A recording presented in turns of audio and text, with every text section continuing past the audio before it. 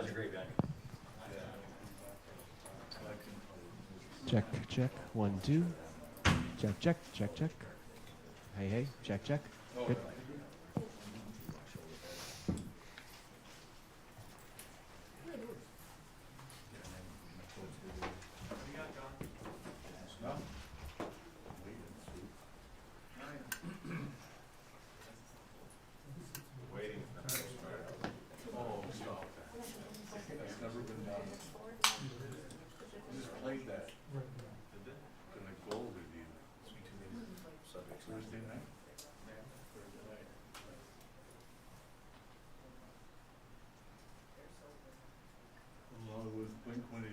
All the small things twice. Oh yeah. Big fan. Big fan.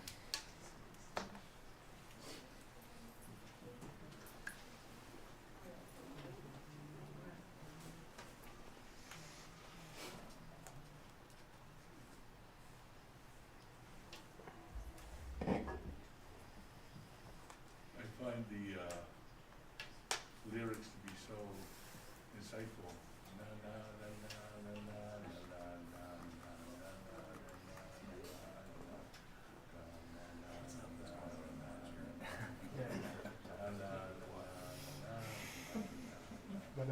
So he's listening to WGR right now. It's pure Shakespeare. That's simple. John, if you're gonna do karaoke, the mic. I just thought that the most poignant lyrics, I tear up every time I hear them.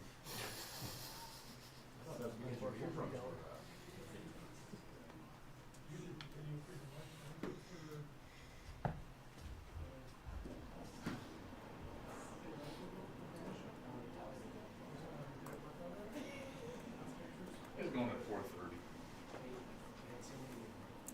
Only other days the team was sitting.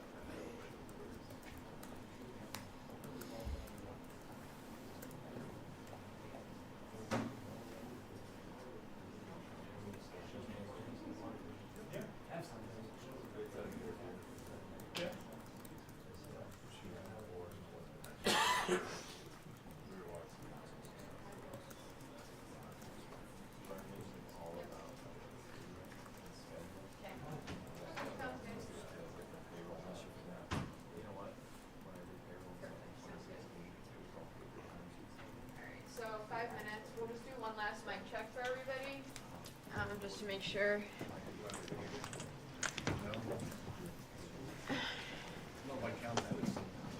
So this table mic, test 1, 2, 3. Good for everyone? Yep. Sam, good for you? What's that? What? I can't. Is it yes or no? We're not checking. Oh. We're live. We can't. Oh, okay. Oh, nice. Okay. Testing. 1, 2, 1, 2, 3, 4, 5. Testing.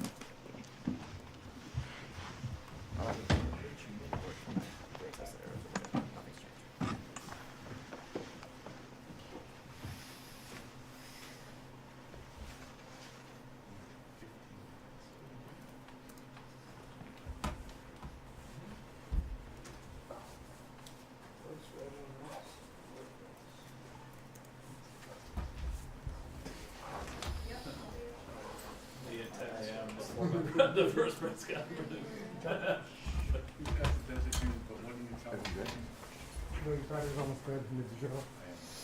There's another one in there. Designated, what do you tell the fans? Okay. What do you say to the fans? That's the free spot on the What's that? That's the free spot on the bingo board. Right, exactly. I'll do it.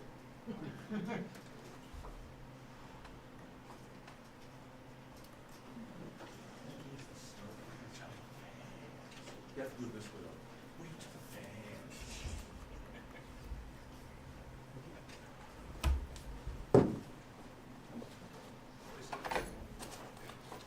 I thought you didn't work weekends. Huh? I thought you didn't work weekends. I work where, there's a source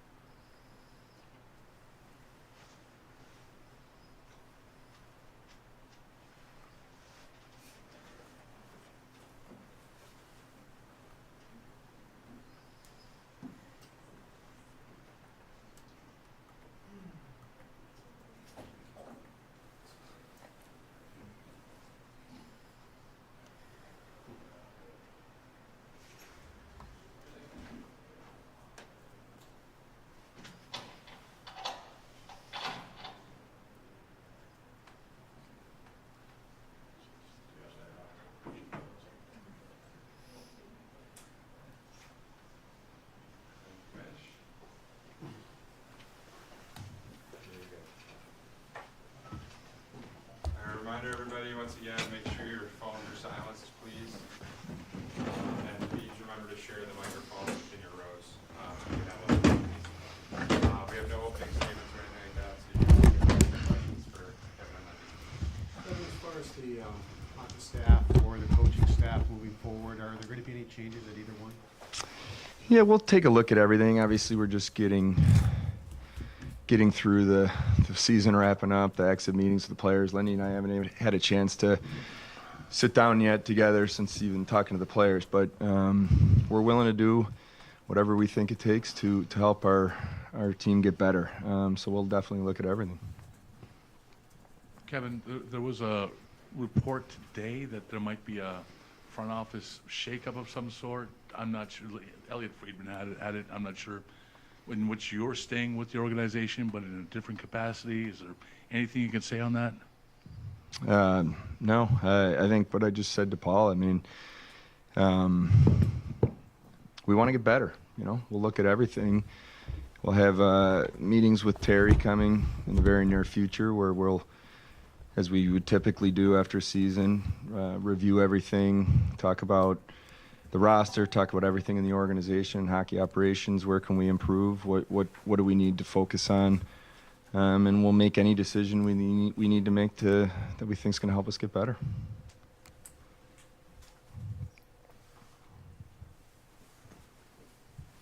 Kevin, when it comes to the culture of the room, of the team itself, that's something I know that you're sensitive to. I mean, it wasn't long ago that it seemed like it was in a good place, but clearly there were issues this season. I mean, Lindy mentioned it in a few different times, including in the embedded video. I'm curious what was your takeaway from maybe what went wrong with the dynamic of your team, and how did you see it evolve as the season went along? From the culture perspective you're talking about? Yeah, it's a really it's an interesting, tricky thing to try to talk about, because culture's earned, like in terms of your daily habits and the things that you do, and what I believe we need to probably reflect on and do a better job of, and I shared this with the players over the last couple days, is more of our players starting with looking in the mirror first. And if we all do that, across the organization with, okay, what can I do better? How can I be the best version of myself in my job as role as general manager? The coaches do the same thing. The players do the same thing. That starts to build a culture of, accountability. That's, to me, what really accountability is. It's knowing that I'm doing everything, reflecting and being self-aware with what starts with me first. And I think then that has a way of starting to work its way through the room. So I think that if I was to kind of sum it up, like if we do a better job of that and then you get more positive results, better things start to happen and a better culture is built, and that's something that we'll continue to work on and talk about. You've touched on the impact that guys like Zucker and Greenway have had in terms of leadership, but did you overestimate the readiness of some of these younger guys to lead? You look at the leadership group and a lot of inexperience and guys that haven't played in the playoffs and haven't been in big game situations, and clearly like Greenway and Zucker have helped bring some wisdom in that area. Yeah, I mean, leadership comes in all forms, and just because you have a letter doesn't mean, or just because you don't have a letter doesn't mean you're not a leader. So I think you hit on a couple really important players that aren't assistant captains, but they're really, really good leaders and critical guys in our locker room. So, I think there's a maturing that goes on in a learning process. I think Rasmus would be the first one to say, as a first-year captain, you're finding your way, you're gaining experience in that role, and he started to find his own style, what works best for him as the year went on. And I think just being authentic and is kind of the message that I was delivering to the guys. And it's by committee. We need a lot of different guys leading. It's not just one player, and that's something we'll continue to talk about. Kevin, you from a standpoint of house cleaning, you talked the other day on the radio. Lindy's going to be back as coach. You're both under contract. Am I correct in saying because you haven't talked to Terry, you haven't received an assurance from Terry you're going to be in your spot for next year? Yeah, I mean, those meetings come up that'll be very shortly where we'll sit down with Terry and talk about that. And what I can tell you, Mike, is I talk to Terry every day. He's as frustrated as I am with the way the season went and where we are. And I'm certainly sure that he'll be asking me a lot of hard questions and why we are where we are and where do we go from here. So, but that's just kind of the normal process that we go through. Players and coaches evolve. If you're back as the GM next season, how much does your mentality have to evolve into a level where you react more instead of building for the future? You've had that 8-game losing streak in November of 22. You mentioned in Florida with us the winless streak this year, how you might have handled differently. How much do you have to be a different GM next season in a complete, total must-win this season now mentality? Yeah, it's a fair point. We have to win. We have to win, and we know that. I know that. The players know that. That's the only thing that's going to really matter at the end of the day. The words I say or what I explain or a plan I can lay out, but it's really just about winning. And so the reason I say that is because would I be more reactive to try to do something next year? Potentially, but you also still have to look at the big picture and weigh all that and not do something emotional or overreact in my job, because there could be a short-term bump that you're hurting your team long-term. So you do always have to balance that, but I understand the urgency then in what we need to do to win hockey games. What is your thought with Bo Byram? Would you like to wrap him up for a long-term contract, or would you more get him for another couple of years or two, see how it goes? What is your thought with him? Well, I think Bo had an excellent season.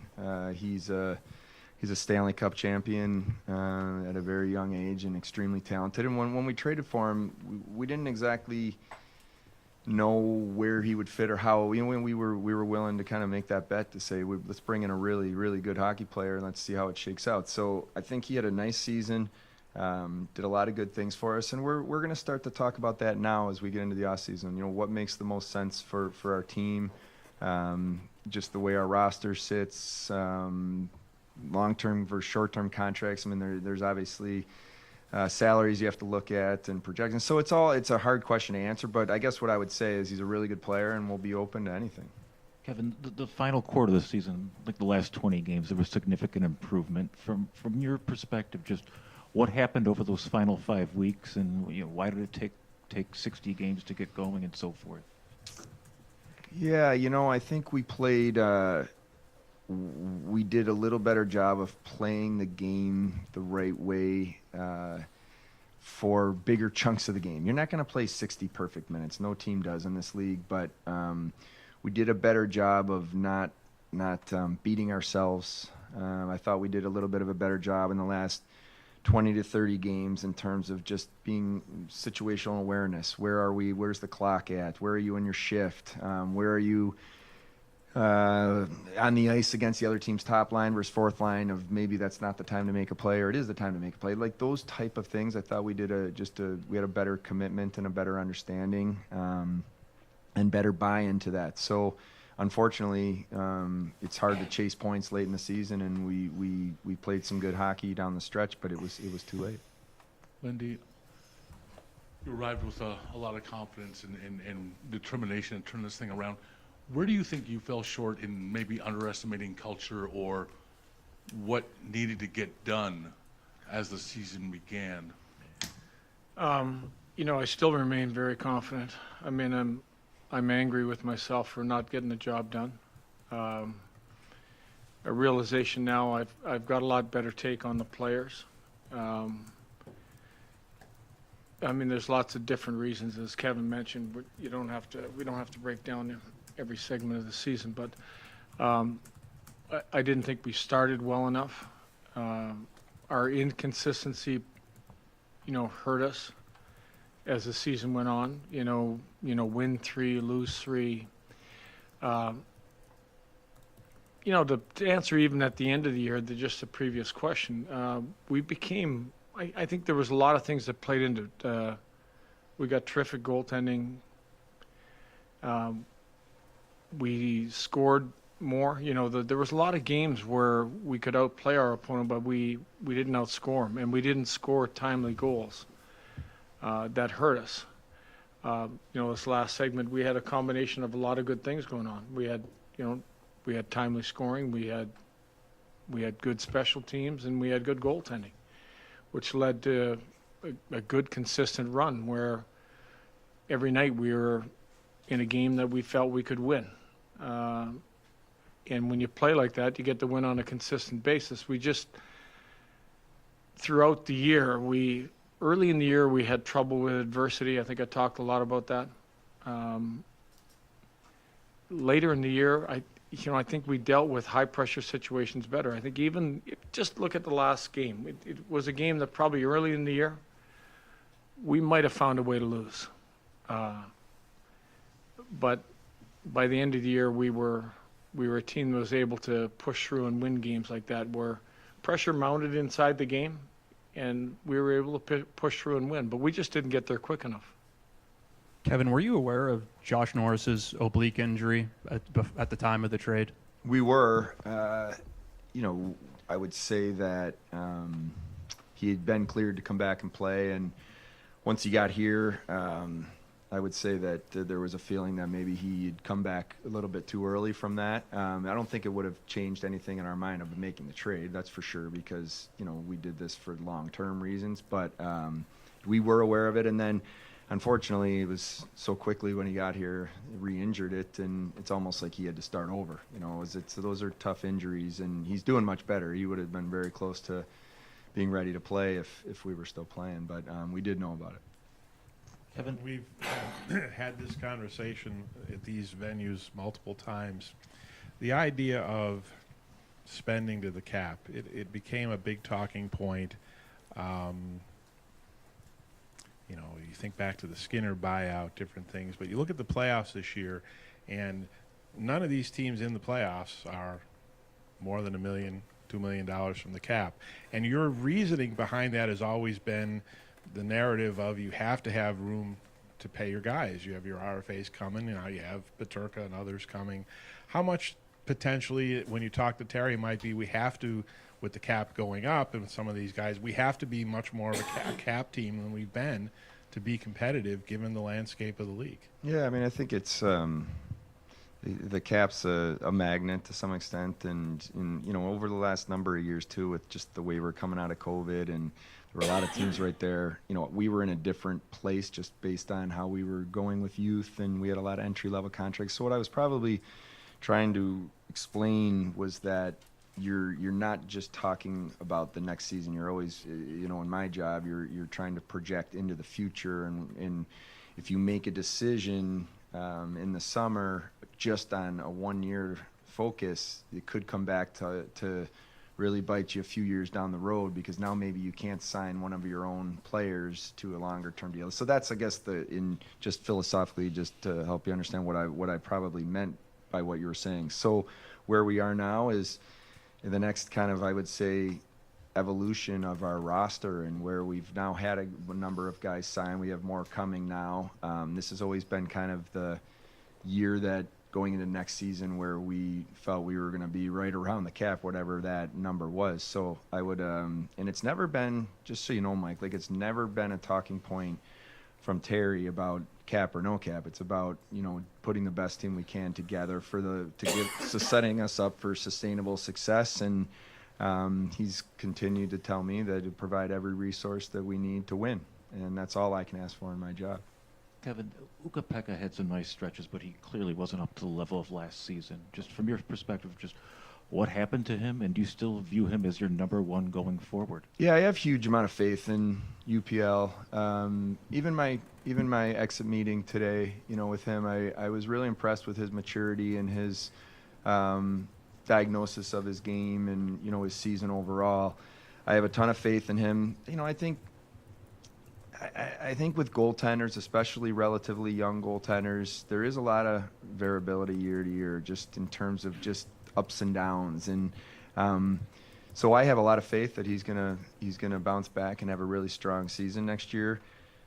But what I will say to that also is we need to play better in front of them. You know, we need to defensively be better. You know, in terms of just not giving up some of the really, call them grade A chances. You know, too many of those, or breakdowns where we give up too many rush chances, odd man rushes, stuff like that. We need to clean some of that up, and I think that also goes a little bit hand in hand with then you get better goaltending performance as well. But he'd be the first one to say that, you know, he wants to have a better season, and I believe he will. Kevin. Understanding that there's not much left to say other than we need to win, how do you make your case to Terry in the meetings, the upcoming meetings, knowing that 2 years ago, you know, you declared this window of competitiveness open, and this team has taken 2 steps back in each of those 2 years? Make my case for, like, The job that you've done. Yeah. Oh.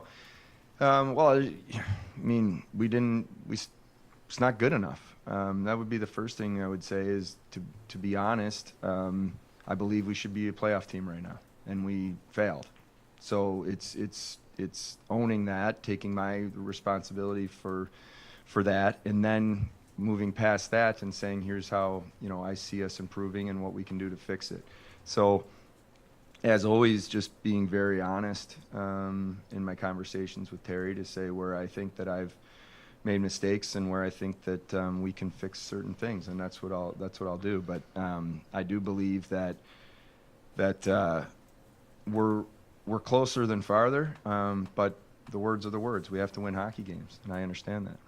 Lindy, when you talk about the culture and improving it or changing it, what specifically do you think kind of needs to happen to get that culture where it needs to be?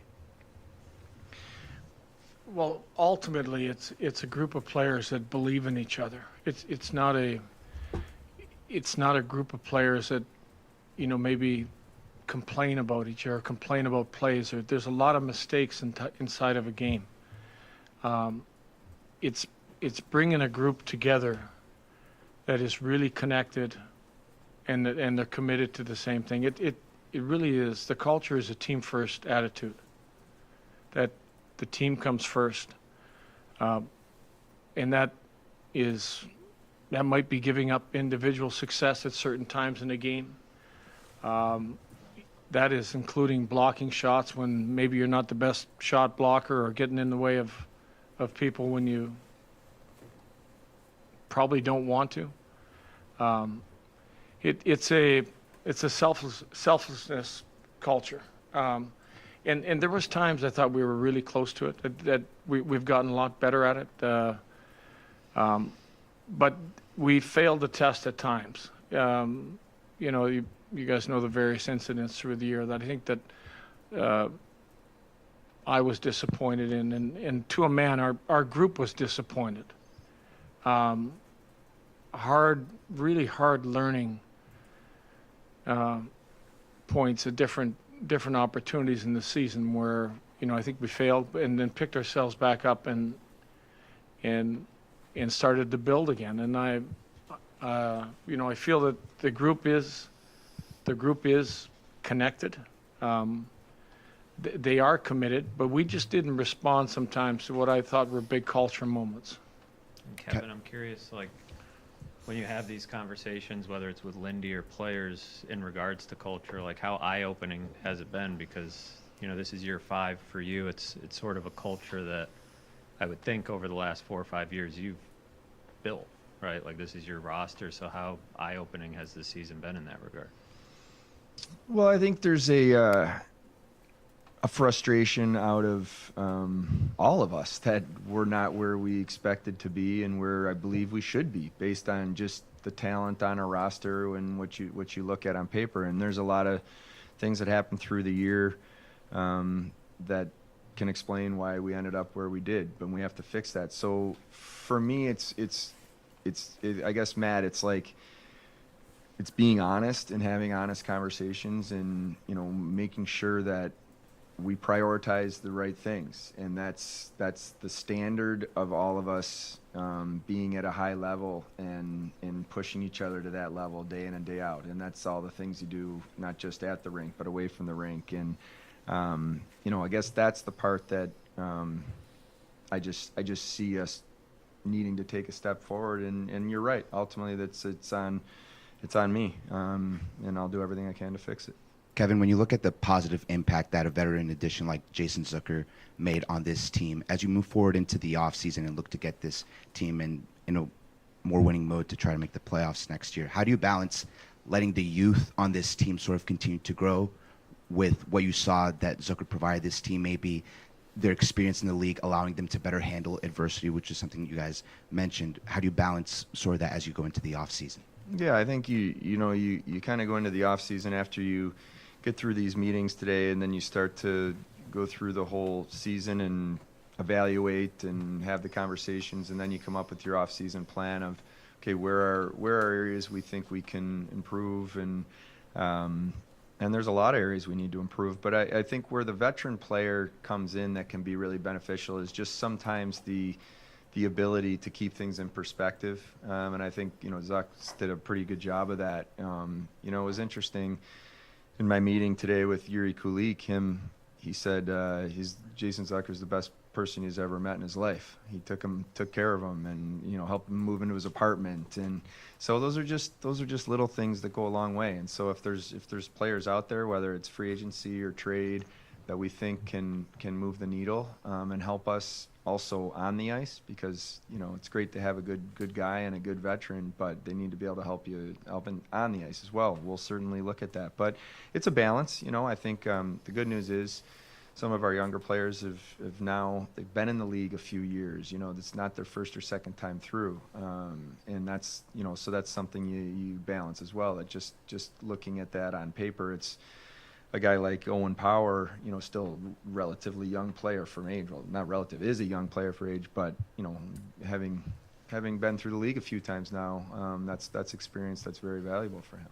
Kevin, you have a lot of work to do, obviously, with your RFAs, but for all the talk we've heard legitimately over the years, how important it is to have guys who want to be here. How important is talking to Alex what comes July 1st and getting a deal done with him to keep him on this club when he's such a central part of it, and you saw the season he had this year? Yeah, I mean, he's typically a guy that leads our forwards in minutes, plays in every situation. I agree with you. I thought he had a tremendous season, and he loves Buffalo and wants to be here. So he's a priority. He's a guy that we certainly hope to have for a long time. Kevin, do you believe your core is currently constructed is what you need moving forward, or do you think that you need to make some sort of major change? Well, I think for me, you look at every single possible way to improve the roster, and if that means we think someone in our core needs to be traded because you bring in someone that helps you, then you do that. So it's not as simple as just saying, like, this is your core and you're sticking with it no matter what. I think you always have to be open to areas and ways to improve. So I'll continue to look at everything and have those conversations. But do I believe that we have a core group of guys that you can win with? Yes, I do. And it's up to us to help them, and it's time to take a step. Kevin, can you talk a little bit about the special teams? And I know they haven't been where you would have wanted them to be, and that could have won you some more games. Is it more personnel, or do you see it more as something systemic that you can change in that regard? Yeah, I think it's an important thing that we improve on, and I'm sure Lindy can jump in after, and just maybe from a more systemic and just the way that special teams run could give you a little more insight and his thoughts. But what I can tell you is we need to improve. They need to be better, both our power play and penalty kill.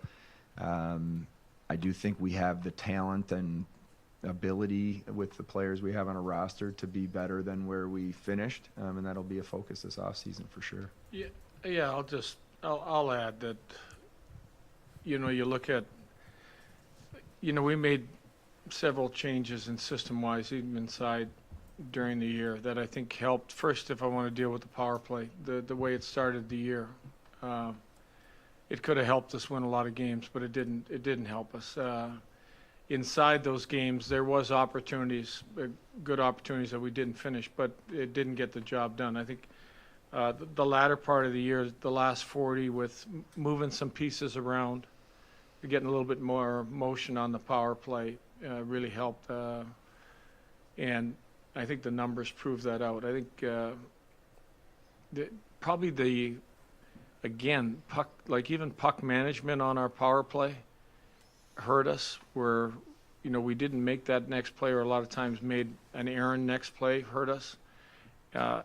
And with the penalty killing, I think the same thing early in the year. What was failed clears, having the puck on our stick and making that errant play that didn't get us out of the zone cost us dearly. I think losing Greenway was a part that he was probably our top penalty killer. Hurt us.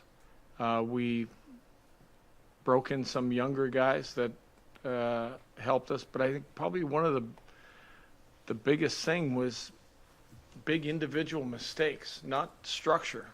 When our structure was good, there was games where we were locked in, but not clearing the puck.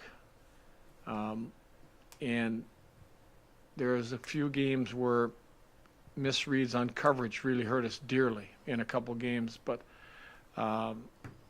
we had put together some pretty good runs where, especially our penalty killing was looking good, but then all of a sudden you would have a game where you give up 2 or 3 and it just kills you. Kevin, Yuri was eased into the lineup as a winger at the beginning of the year, and by the end he's centering the top line. Just what did you make of his maturation, and why did you send him to Rochester? Well, I think Yuri had a tremendous rookie season overall. To me, he's definitely a center. Sometimes guys can slide over the wing, but I think long term and ultimately he proved, in his rookie year that he can play center. He's a very sound defensive player. Lindy had him a lot of nights matching up against the other team's top line, and that's a pretty, hard thing to do as a 20-year-old in this league playing center. So impressive. The thought process on Rochester is, they think there was a chance for him, an opportunity to play in the Worlds, which would have been a great option as well. But when I really kind of thought this through, he's 20 years old, and I feel that Rochester has a really good team and a opportunity to do something really special. And my expectation for our players is that we're going to be playing, into June over the coming years, and I want our guys used to that. And I also think if there's a chance to win a championship, and they go down and have success, I think that would be great for Yuri's development. And he also spent a couple years, and we had a great conversation. Lindy and I spoke to him immediately after the game just to explain, the thought process and why and what we thought this could do for his development. And and then meeting with him again, today, he had a big smile on his face and said he can't wait to play in the playoffs and go and, do that. So I think it was it was just part of the thought process is what makes him be the best player he can be. And we just thought this would be a good opportunity for him. I know you mentioned that. I'll just add to Yuri if you want. Again, you go back to the early part of the year where we slid him in the middle when Tage was out. He really played well in that little segment, which made me feel like this kid should be playing center. We were on a West Coast trip, and I thought, boy, he's looking like he becomes a lot more effective and skates more down the middle. Later in the year, like the defensive numbers were with him playing against top lines and playing in the middle were so good. And then playing alongside of Thompson, this isn't till the end of the year, but there was a segment leading up, probably with 15 games left, that Tage's numbers were better on the wing with him there than anybody else. And the matchup against top lines, which most coaches would be scared to play a young guy against top lines. His defensive reads and what he was doing defensively made it a matchup that I actually think started making us better on the road. I could play them against other teams' top lines, and the production was still there on the offensive side. So he basically made the decision for me, like just with the way he played and how effective he was being. Kevin, you mentioned that you still had to evaluate certain, when it came to the coaching staff and hockey ops, but what is your level of concern with just strength and conditioning when it came to the group? You got a young team. You need some of these guys to make gains. You look at some of the types of injuries that you had this year. A lot of more soft tissue stuff. How do you measure that against the fact that you have younger players and back-to-back performances, road? What is your sense on where things stand there? Yeah, I mean, it'll be part of, we'll review every part of the organization, and that'll certainly be something we take a look at and a deeper dive. I guess I would characterize that area just as I would other, it all has to be better, but starting with me. I'm not gonna say that there's areas that we can't improve, because we have to improve, and that's an area that we'll take a look at for sure. But it's hard for me to talk a lot about it, because I think it starts with me, and I have to be better, and we'll go from there. Kevin, how much can you talk about UPL and his performance, and you have to evaluate goaltending as a whole? You don't know if Reimer's coming back, if he's interested in coming back here, what's going to happen there. How much can Devin Levi push the envelope? Here's a guy who still has hockey to play. You don't know. He could play 5 games, or he could play into June, like you said, which would be a significant impact on the organization. How much can he continue to push you guys in your decision-making just by what happens here in the next few weeks? I think it's a great question, Mike, and I think that's the opportunity that's right at his fingertips, to be able to go out there and play big games and playoffs and, carry a team. That's a great opportunity for him. So it'll be part of the evaluation for sure. I believe, I've said this over and over, and I believe Devin Levi is going to be a very good goalie in the NHL. It's really up to him when the time happens. We've been patient. We've wanted to make sure that he's getting the appropriate number of starts the last couple of years, making sure that we set him up for long-term success. But I think he's right there. He's had a very good year in Rochester, and certainly if he can take a step here in the playoffs, it'll be impactful for sure. Kevin, when it comes to Tage Thompson moving to the wing and Lindy's evaluation of how Yuri played at center, does that mean you feel comfortable with having Yuri and Josh Norris as your ideal top 2 centers, or is that an area that you think you might have to address in the offseason? Well, I think you will address, we'll look at that for sure. I do think, trading for Josh Norris, in our mind, was giving us for the next, obviously he's got a long-term contract, a top 1 or 2, centerman. And I think Ryan McLeod took a big step this year in terms of just his overall game. We knew we were getting a really good, solid player that could be a top penalty killer and could play, different, up and down the lineup. But he, really took a step in terms of just his overall game, his offensive production, and I think he's even got another step he could potentially take. So, when I look at Krebs had a good season, took a step forward. You got Kozak that showed that he can come up and play a meaningful role. So, when I look at that with those guys all in the middle, I really like what I see. Now, would we look at other areas or other options to potentially? Of course, we'll always explore everything to see if there's a way we can improve our roster. But I do like the way our middle looks right now. I think that, when you look at it, it's always easier to take a centerman and put him on the wing. You look at McLeod when he played in Edmonton, he played a lot of left wing. I think he played the whole finals at left wing. But it's hard to take a winger and make him into a centerman for the most part. You look at Tage. Tage can easily go back into the middle. You could be one injury away from Tage being in the middle.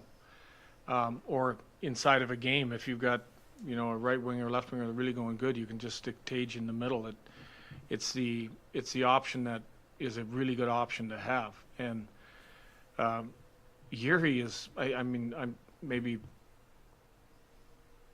praised him a little bit too much for you guys, but he's a young guy that he earned his way by the way he played. Can he maintain that?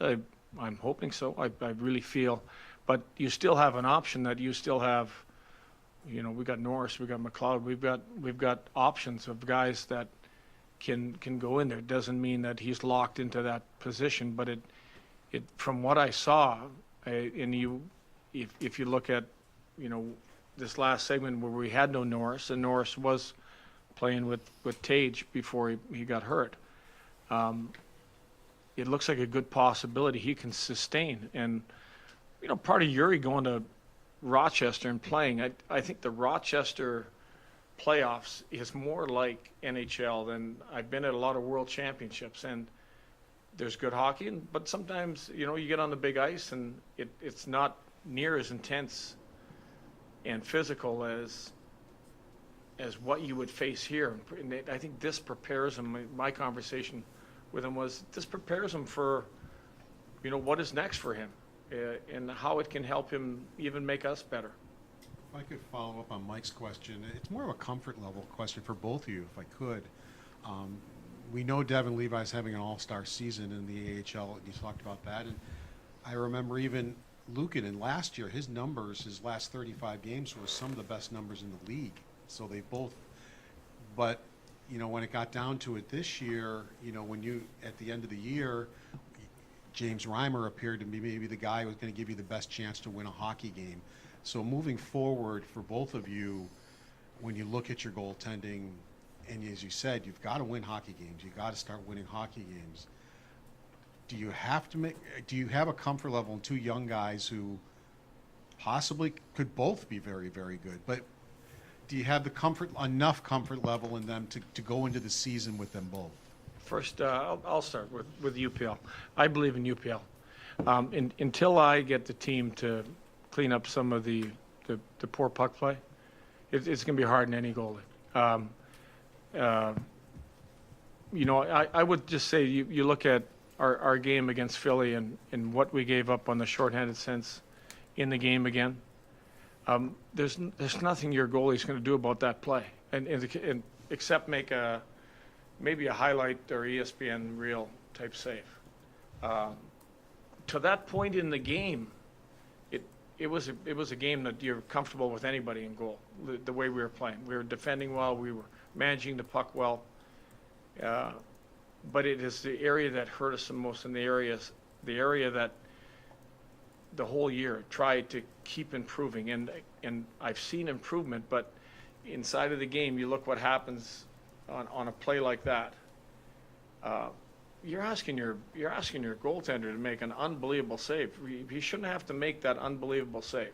That's on the group. It's not on the goalie. And from my perspective, I think about it, how Lindy's talking about we need to be better in front of him. We need to clean up some of that, for sure. But also, we'll look at everything. You know, like if we think there's an opportunity to upgrade and make our team better at any position, we're going to be open to that. So, you know, I'm certainly not scared of going to the season with UPL and Devin because I believe in both of them. But I also, it goes hand in hand with Lindy, what he's saying. I think they'll both look better if we play better, you know, defensively and just clean some stuff up. So, but we'll continue to look at everything. And that's kind of one of the roads I wanted to go down here with you, Lindy, especially. You guys found a lot of offense this year, even with the power play struggling. But we saw so many plays where, you know, forwards were turning the puck over at the line in the neutral zone, creating opportunities. The goalies were left out. But ultimately, as I look at your team, you know, Dahlin is, you know, at the cusp of being a Norris guy. The rest of your defense wasn't even close to being good enough to survive a long season. When you'd have your exit interviews with these guys, and when you think of guys who aren't even on the team right now, what does your defense need to be like to be good, to be successful in front of UPL, Levi? And how can this defense core, some of these guys who we know are going to be back, how do they have to improve their games to get you there? For me, it's easy. Number one, puck play. Number one is puck play, with your decisions you make with the puck. Number two is your decisions when you're staying in the zone or getting out of the zone. You know, you look at even last game again, we gave up a 2-on-1 because we stayed in the zone for no reason. Those are decisions that, let's say it's your 5-6 defenseman, he shouldn't make that decision because the reward a lot of times isn't worth the risk. And the nights we made a lot of good decisions, the chances went way down, the high-risk chances went way down. And if we can improve on that area, I think that's what Kevin and I have talked about the group needs to be better. And that will help the goaltending out itself. Kevin, we haven't talked to you since you signed Jacob Bryson, and you know, obviously there's not a lot of roster spots to go around on this team, and you've kind of delayed some of the talks on the RFA, so I'm just curious what the thought process was of locking him up at that time. Yeah, I think when Jacob is, first of all, he's one of the most well-liked guys, you know, in terms of the locker room and just his work ethic and positivity, and it's infectious in terms of just how much he cares about the team and how much the guys care about him. So when you're in the role that he plays, that's a key part of that, because you know, there's times where, you know, he could be scratched for a number of games, and sometimes guys get really miserable and bitter, and it can hurt your team. So where he's at right now in his career is, you know, kind of one of those depth defensemen that can jump in and play, or he may be out of the lineup, and he's also proven that he could be scratched for, you know, an extended period of time and jump in and play good hockey, and also play either side, and potentially, you know, Lindy doesn't have to hide him, or, you know, Marty Wilford, you know, he can go out and play against the other team's top players when he's playing. So those are all the things that go into the thought process.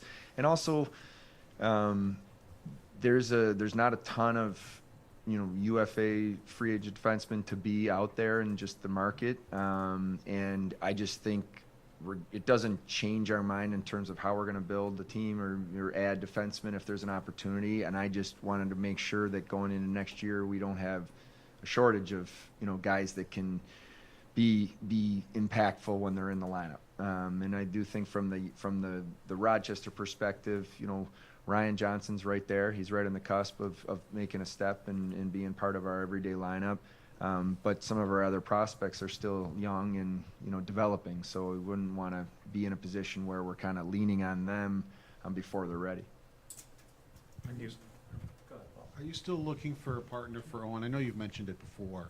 You know, a veteran type of guy who's got his back no matter what, that, you know, is going to be out there with him and talk to him and always have his back. Are you still looking for maybe that type of player to acquire for him? Yeah, you know, I think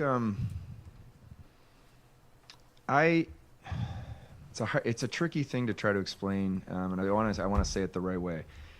I don't think I've done a good enough job of helping Owen in terms of just that guy that's out there on the ice with him every game for his first few years. You know, I haven't been able to get that right person.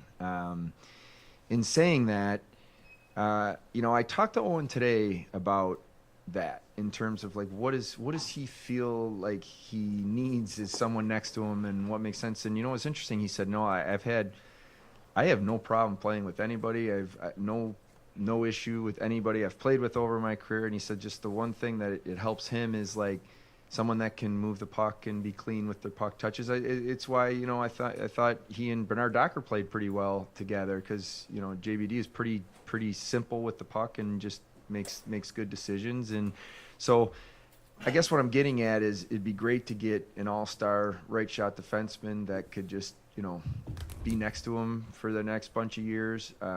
But it doesn't always work like that in terms of the just acquiring that player. So we'll look at it.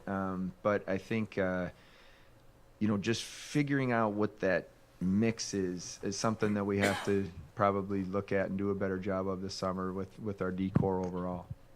Is it for the team in general, Kevin, toughness? I mean, just from my perspective, like Alex Tuck shouldn't have to be the guy to step up and fight somebody because Yuri Kleek got clocked. Like it just seems like that's a skill set that you're missing, especially after you traded Dennis. Yeah.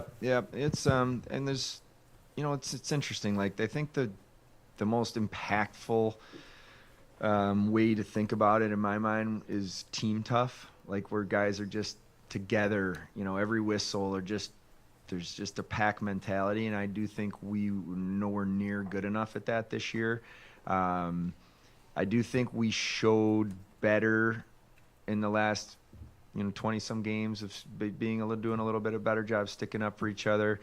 In terms of like a guy like Tucky having to fight, like, man, I give him a lot of credit because he stepped up for his teammates a number of times. Sometimes hockey's hockey and things happen, and it's just whoever's out there, it's just the way the game goes. But yeah, we certainly don't want Alex having to be doing that very often and taking one of your best players off the ice for five minutes. So yeah, we'll look at it. I think it's an area that we can address. You also, if you want a player that can be in the lineup and help your team, every night as well. But I don't disagree. I just think I need to do a better job there. But we also probably as a team need to be doing a better job of just in it together, if that's a better way to say it. Lindy, we've heard a lot of players come in here and talk about, what it was like adjusting to your coaching style, your system, and obviously it took a lot longer than you probably hoped, than they hoped. I'm curious what it was like for you adjusting to the players. Like you mentioned a few times during the year, maybe adjusting how you play or adjusting the system a little bit. Like now that the season's over, like I'm curious if you could share just kind of what the back and forth was like, and maybe how you changed. I thought the interaction with the players was incredible. We had honest conversations. We had even with 2 games left, a leadership meeting with my group about these games. I know they don't mean anything, but here's what we need. Here's where we need to keep getting better. A lot of demanding practices where we talked about why we're going to practice the way we're going to practice, and I don't think once they let me down when we set out to have high-end compete practices. We competed. We had morning skates a couple times that were compete morning skates. But the conversations with the group and where we needed to go, I thought was real good. I think they've got a good handle on who I am. I've got a really good handle on who they are right now. I know our team, like any other team, falls down every now and then. You got to pick each other up, and I think we got a lot better at picking each other up and moving on. The part was just moving on. We got to move on, and I think the group got good at that. Kevin, when you look at what are you going to be watching in the playoffs that is relative to your team? I look at how everybody thought this was a year you could take a step up, and other teams stepped down. Boston finally fell, the Rangers fell, and Ottawa and Montreal passed you. And they're in the spots where I think a lot of people thought you might be. So when you watch these playoffs, what are you going to take from these teams that are there, and yet again you guys are not? How can that play into moving to next season? Yeah, I think overall watching, you're going to watch all the playoffs, all the teams, and you're always looking at, what the teams do well and where can we improve. But, I guess in particular, I'll be focused on what are the top teams doing to defend really well, like the Colorados of the world that have elite offensive players and can score, Edmonton, another example, can score, but are they limiting rush chances against, or how are they limiting high danger chances, and just how are they playing, and what type of D or forwards do they have that maybe makes them play like that? So those would be some of the things I'll be looking at. I also think I'm interested on the high skill teams, how much they're getting to the inside during the playoffs and are getting to the net and scoring greasy goals and dirty goals around the net, because it's great to have, highlight reel 3-on-2 backdoor tap-ins, but you don't see much of that in the playoffs. So I'm curious, when I watch, okay, now how can I take some of the stuff I'm seeing and talk to our players about that, you know? Because, yeah, I agree. We shouldn't be where we are right now, and we need to change that.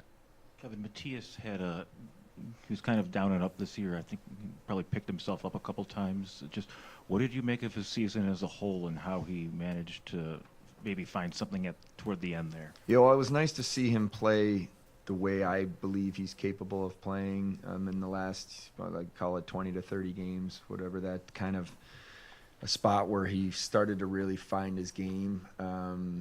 I thought early in the year he lacked a little bit of, he just looked like he was playing without confidence, and he lacked his physicality, and he wasn't killing plays the way he can. And, you know, you guys know when he's playing his best, he's heavy and he's hard to play against. And that wasn't what we were seeing early in the season, you know, coming back, maybe just some of the injuries he's had. It just took him a little longer than he or any of us would have wanted or expected.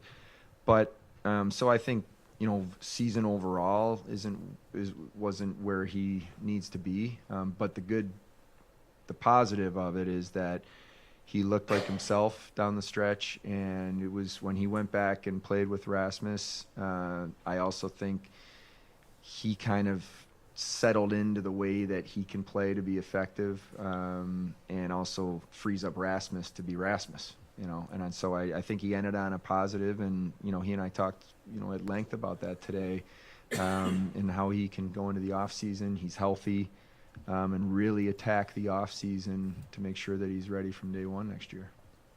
Kevin, you touched right there on Rasmus. From your conversations with him, how do you feel like he took on the challenge and grew in his first year as captain? Yeah, I think he's what I appreciate about Rasmus is how thoughtful he is in all areas of his life. And you know, he went through some new experiences this year, and he shared with me yesterday when we had our exit meeting that, you know, he had to kind of figure out what kind of captain he was, and that took him time. And that there's no way to do that until you're going through it. And what he ultimately landed on and found was that there's certain players on the team that he could delegate certain responsibility to and help him out as a leader. And he started to figure that out. And then also he's a leader by example. You know, he's a guy that I think practices an elite level. It's not just the way he plays in games. And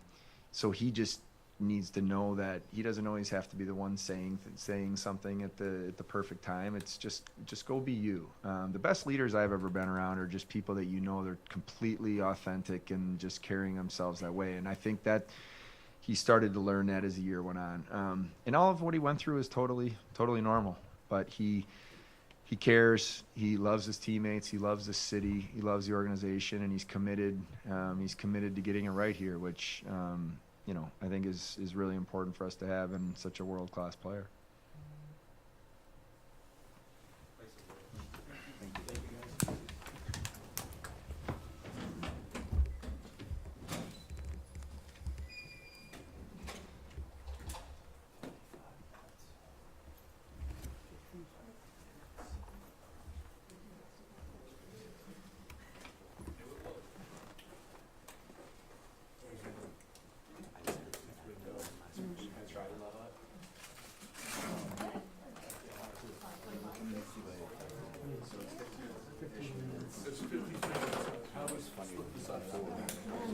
Who's in and who's putting it up?